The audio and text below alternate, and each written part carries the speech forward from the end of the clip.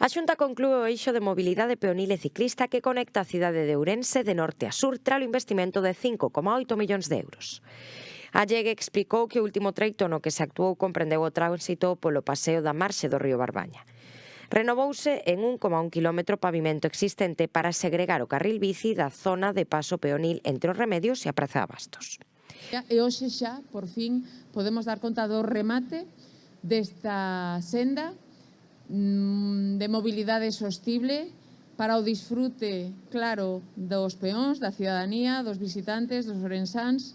Estamos a falar de 4 kilómetros de senda que permite ese tránsito seguro, que permite que Ourense sea unha cidade máis accesible, máis segura, máis sostible, máis Galicia calidade, se me permitides, que é o que estamos a facer dende a Xunta de Galicia.